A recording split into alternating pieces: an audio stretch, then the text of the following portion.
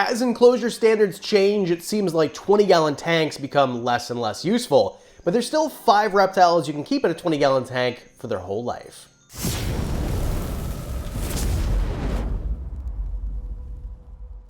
My good buddy Diamond here definitely can't keep in a 20-gallon. Back when I first started keeping reptiles, 20 gallons were fine for bearded dragons and leopard geckos and ball pythons and all these things we know we shouldn't keep in an enclosure that is that small. And for context here, the 5 reptiles we'll talk about, you can either keep in a 20-gallon long, and that's the one I'm envisioning in my head, 30 inches by 12 inches by 12 inches. But anyway, I'm talking about something around 20 gallons, could be 25 gallons. But anyway, let's move on to number 5. Oh, and I promise not to fill this whole list with geckos. There's actually snakes on this list and other stuff you probably didn't think of. Number 5. Fants. We're talking about satanic leaf-tailed geckos. We call them fants because they're Uroplatus fantasticus. They are super duper menacing looking.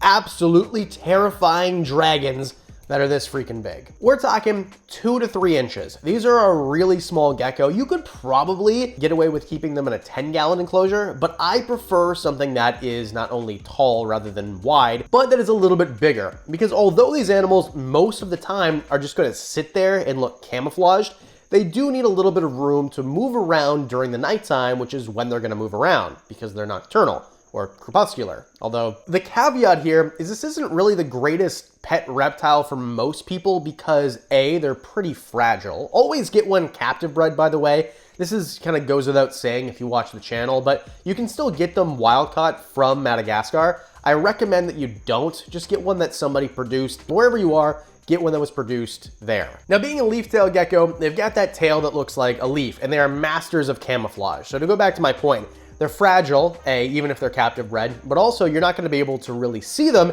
unless you're really looking, okay? I got to go see these guys in Madagascar, and by see, I mean a guide found them. There is no way on earth I could ever, you could put me in a room this size with trees in it and give me a month and I still wouldn't find a gecko if I knew one was in there. They are so good at camouflaging. That tail is gonna have these little notches that are cut out. It's basically the exact same color and pattern as the tree it's going to be on. They are amazing at hiding. And they're not the greatest handling animal. They're not gonna bite you likely, but they're just pretty fragile and don't wanna be touched. They're really cool species. I think that they're awesome. I personally don't keep them just because it's basically like having a box full of dirt and sticks. You'll never really see them and you can't really hang out with them. But if you wanna take it out and photograph it or just take it out and look at it, I mean, is there anything cooler looking than this thing? It literally looks like a freaking dragon. Number 4, African house snakes. There is a caveat here, so I want to be true to the title. This is animals you can keep in this enclosure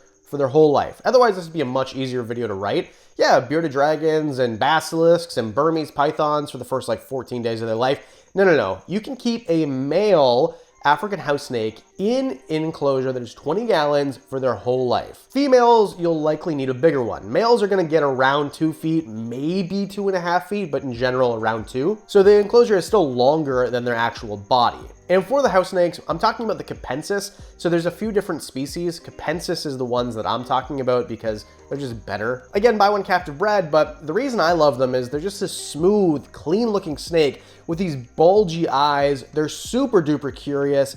Oftentimes they'll come out of the egg pretty flighty and maybe a little bit bitey, but their mouths are so tiny and they're so little. Even an adult, if it were to bite you, you're probably not even gonna bleed. But what's great is once you tame them out, they kind of just turn into a tame animal. And it takes a few minutes. This isn't a process, whereas some animals, it's like this process of trying to get them to trust you. My blue tree monitor Stitch, it's been months and months and months, and finally he's eating out of our hands. But with these house snakes, it's literally a day. Like a few minutes of handling and all of a sudden they're just chill and they don't want to escape or bite you anymore. Plus they're really easy to keep. The fants that we talked about, they like it cool and humid. These guys like it a little bit more dry and a little bit warmer, but nothing crazy, not so warm that it's difficult for you to keep if you live in a cold environment. I live up here in Canada. I can keep house snakes in Canada all 4 seasons without an issue. And of course, this 20-gallon list, if you want to keep these animals in bigger enclosures, you can. This whole thing, oh, it's too big and they're going to get stressed out is baloney. There's no such thing. As long as you're giving them a lot inside of the enclosure in order for them to feel secure, then you can put them in a room if you wanted to. And if you're looking for stuff to put inside of the enclosure or the enclosure itself, the best place that I like to go is chewy.com. And right now, if you use code HOGNOSE20 at the link link below on Chewy.com, you're gonna get an assortment of Zoo Med products for 20% off. Zoo Med has been around since 1977. If it wasn't for them, this hobby wouldn't be where it is today. Plus, they've got tons and tons of great products, and the best price you're gonna find them at is at Chewy.com, especially getting 20% off right now. I've been using Zoo Med since I first started. I've gotten enclosures and decor and water bowls and all sorts of stuff. So thanks Chewy for sponsoring this part of the video. Go ahead, get 20% off at the link below. Number 3, dart frogs. Now I'm aware that this is an amphibian. I like to ruin this list with an amphibian sometimes. I feel like in the hobby of people who like reptiles also like frogs. I know I do.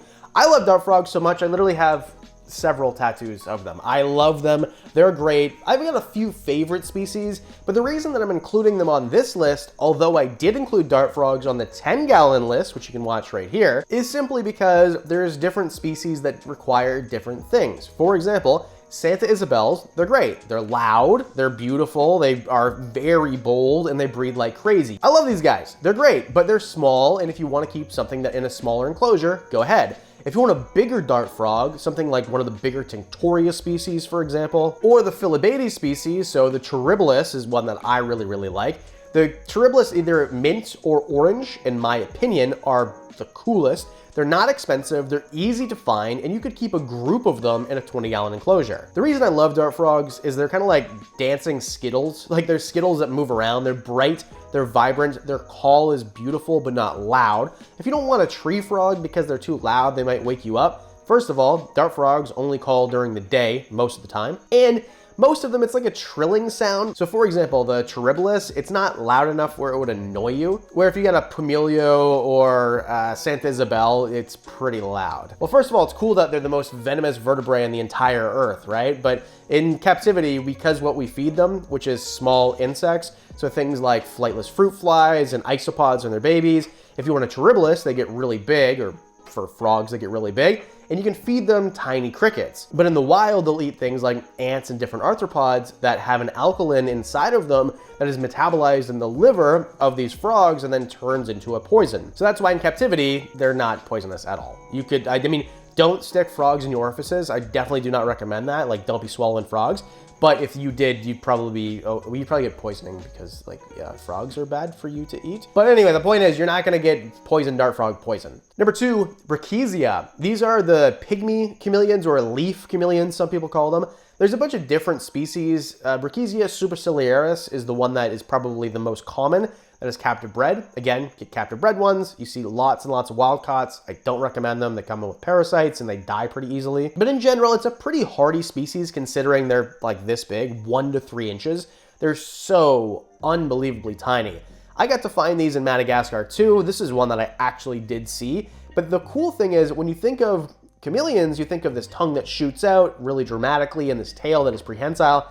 And, or at least, you know, does that spirally thing. These guys aren't really like that. I mean, you probably wouldn't know they're a chameleon unless I told you. They do have the tongue, but it's much less dramatic. It's much shorter. They do have the pincher hands, the feeties, I think is the correct scientific term. But their tail is like short and stubby and doesn't really look like a chameleon tail. Their eyes do move independently, but they're not brightly colored at all. They're very drab looking and very tiny. And they're so small that their eggs, which they do lay eggs, look like Tic Tacs. It's kind of hilarious. Like the one you're looking at right now is a gravid female. This is a female that has eggs inside of her, and look how big she is, well, small she is. They're not great for handling, but you could keep a group of them. You could probably keep 2 or maybe 3 in a 20-gallon enclosure, or keep them by themselves. And what's interesting is a lot of people think chameleons need height.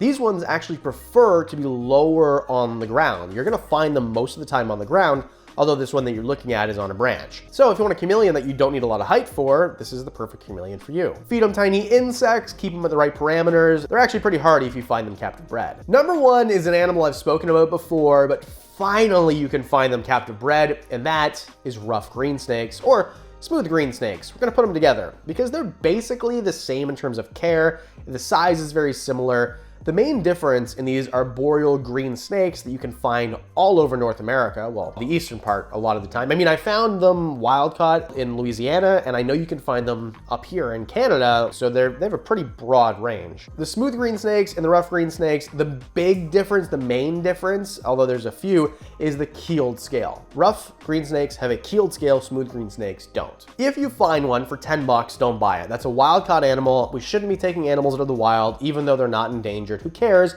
They're gonna be harder to keep alive. If you find one that's like 100 bucks or 200 bucks, better chance that it's captive bred, and the best way to find out is to ask. I've seen captive ones finally. The reason I stopped talking about them for so long, I mean, I talked about them 5 years ago a lot, is I couldn't find them captive bred. And then now it becomes that it's actually pretty easy to breed them, and a lot of people are doing it. This is a snake that's very unique because they like to eat bugs. So you don't need to feed rodents, you don't need to feed fish, you don't need to feed frogs or lizards. You can get away with feeding them crickets, for example, or roaches. That's what they're going to eat in the wild. Caterpillars most of the time, really. So if you like snakes, but you don't own one because you don't want to feed animals to it, I mean, mammals, I guess, or amphibians or reptiles, then get yourself this animal because it's an arboreal snake that looks like a vine, loves lots of cover, wants it a little bit taller. I recommend a bigger enclosure because it'd just be more fun to watch them move around. Because they are diurnal and they move around quite a bit, but you can definitely keep them in a 20-gallon tall enclosure. Let me know in the comment section below what you think is the best reptile for a 20-gallon enclosure. Please smash the like button and subscribe if you like videos like this. If you want to support the Patreon, videos